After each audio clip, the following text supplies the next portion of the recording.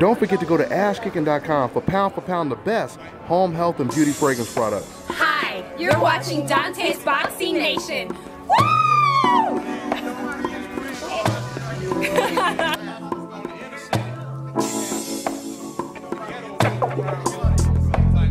Yes, sir. Let me dig into your brain. Folks falling like rain. Probably got me selling.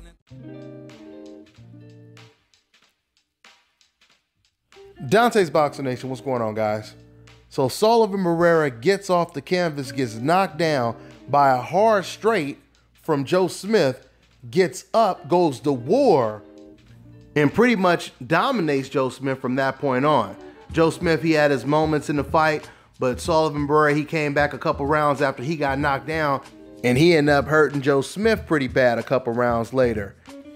It was a classic puncher versus boxer puncher. For me, this was the main fight that I wanted to see on this card. I think this could have been the main event. I mean, you got Joe Smith that knocked out Fonfara.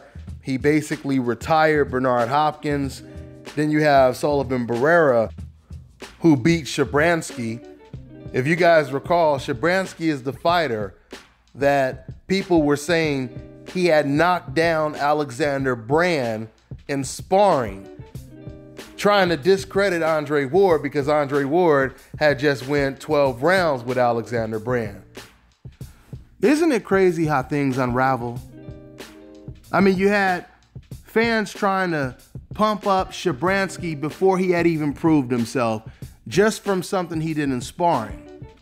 Now, when you're on a coincidental list and you're doing big things in sparring, like Errol Spence sparring against Broner and Mayweather, then these fans, they say, oh, that's just sparring. He's overrated. He's this, he's that, right? But then when Shabransky knocks down Alexander Brand in sparring, now it's a way to discredit Andre Ward. Then all of a sudden he gets into a fight with Sullivan Barrera, the guy that Andre Ward dominated, and that guy, Barrera, knocks out Shabransky. Comes off the canvas just like he did in this fight tonight against Joe Smith, and he knocks out Shabransky. You know, this really is a good look for Barrera. It's even a better look for Andre Ward. Because ever since Barrera lost to Andre Ward, he's been facing very good competition, and he's been beating him, dominating him. He gets knocked down, but he comes back, he fights harder, and he wins the fight. So Barrera right now is one of the real dangerous ones at light heavyweight right now. He is one of the real dangerous ones right now. Barrera was aggressively pursuing the Beterbiev fight. And matter of fact, the fight had almost got made a couple of times.